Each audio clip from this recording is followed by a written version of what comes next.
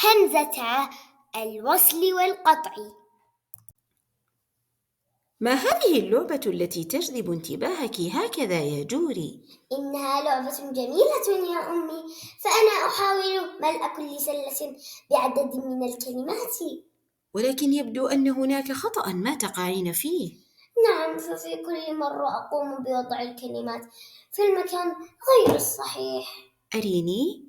الأمر بسيط، كل ما عليك معرفته هو أنواع الهمزة التي تأتي في أول الكلمة، وبعدها ستتمكنين من وضع الكلمات في المكان الصحيح ثم الفوز.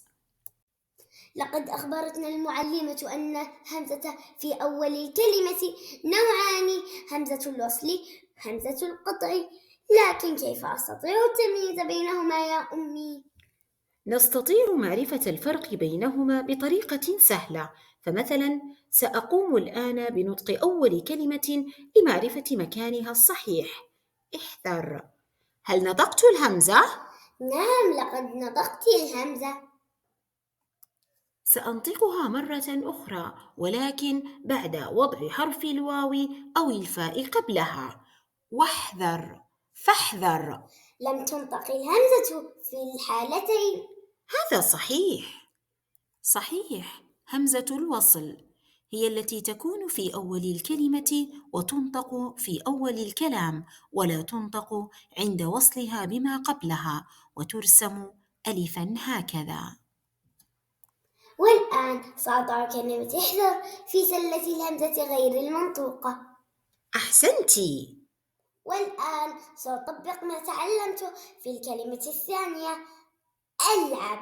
لقد نطقت الهمزة، سأضع قبلها حرف الواو ثم الفاء وأنطقها وألعب، فألعب. لقد نطقت الهمزة أيضا، إذن هذه هي الهمزة المنطوقة، أليس كذلك؟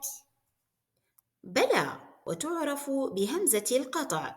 هي الهمزة التي تكون في أول الكلمة وتنطق في أول الكلام وفي وسطه، وتكتب همزة هكذا أو هكذا أو هكذا.